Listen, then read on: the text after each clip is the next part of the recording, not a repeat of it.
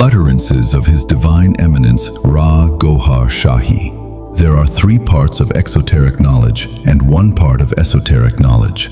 One has to find a Moses to obtain exoteric knowledge and a Khidr to obtain esoteric knowledge from.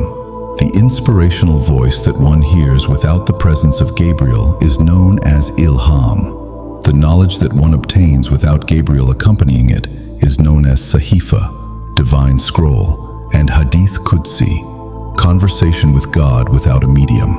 The knowledge conveyed through the Gabriel is known as the Quran, whether it contains exoteric knowledge or esoteric knowledge, whether you call it the Torah, the Psalms of David, or the Bible. The religious scholars get away with their faults and errors by labeling it as politics.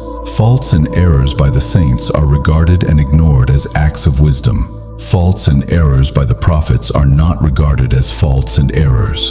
The concerned souls inside the human body gain strength with whatever type of spiritual practice they are engaged in, and those that are not engaged in any spiritual practice are dormant and senseless. And those that, through any means, have absorbed God's name in their souls, their hobby is then constant remembrance of God, dhikr sultani, and rapturous love of God, Ishq-i-Allah. No wonder Iqbal said, if you possess rapturous love of God, your kufr, ingratitude, is Islam, submission to God. Sachal Sain said, denial or submission to God becomes insignificant and nullified when one does not love God. Sultan Haq Bahu said, the stage of belief is unaware of the station of God's rapturous love. God's mercy falls upon the land where such individuals visit or stay, and the religions they belong to or join also come under God's shower of mercy. Baba Farid and Baba Guru Nanak are from among such saints. Then, the Hindus and the Sikhs do not hesitate to pay homage to Baba Farid, and the Muslims and the Christians do not hesitate to pay homage to Baba Guru Nanak. Imam Mehdi will rejuvenate all the religions. Mujadid, the revivers, emerged within Muslim Ummah in the post-Mohammedan era, and they revived the religion. The amendment of these Mujadid will become ineffective after the advent of Imam Mehdi, and Imam Mehdi will rejuvenate all religions in his very own way. It is mentioned in several books that Imam Mehdi shall found a brand new religion. If an individual worships all his life, but in the end he happens to oppose Imam Mehdi and Jesus Christ, return of both the personalities to this world is imminent. Jesus Christ appears with the same body as he was raised up with, and Imam Mehdi in the body with the terrestrial spirits of Prophet Muhammad.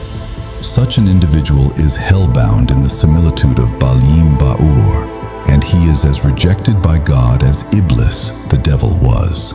On the contrary, if an individual lives all his life like a dog, but in the end, he happens to support and love Imam Mehdi and Jesus Christ, such an individual shall enter paradise in the similitude of Katmir. Some of the religions and sects say Jesus had died and his tomb is situated in Afghanistan. This is a misleading propaganda. The tomb in Afghanistan is not that of Jesus Christ, but of a saint whose name also is Isa. In that primitive age, what could have been the purpose of burial at such a far-off place? They argue, how was Jesus raised to the skies? We say, how was Adam descended on earth? Remember, Idris, Enoch, still lives physically in paradise. Khidr, a mystical figure, and Elias are present on earth, and they haven't tasted death yet. Hayat al-Amir, the grandson of Abdul Qadir Jilani, also has been living for 600 years.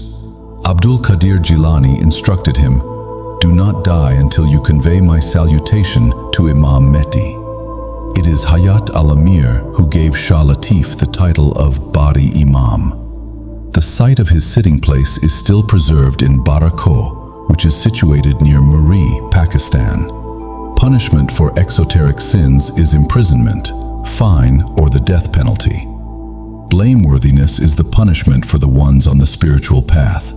However, the punishment for the esoteric sins is severe. For those who backbite, a certain amount of virtues are transferred as a fine from their account to those affected. Greed, jealousy, stinginess, and false pride efface their hard-earned virtues. Such individuals, if they possess a certain amount of God's light, lose it when they blaspheme and hold grudges against prophets and saints, just as Sheikh Sanan's marvels and spiritual insight were confiscated due to blasphemy against Abdul Qadir Jilani. Bayazid Bastami learnt that a man spoke ill of him. Bayazid started to pay him for this. The man accepted the money, yet he continued to speak ill of him. One day his wife said to him, "Either you should stop accepting the money, or you should stop speaking ill of Bayazid Bastami." He started praising Bayazid Bastami. When Bayazid Bastami found out that he then praised him, he stopped his financial support.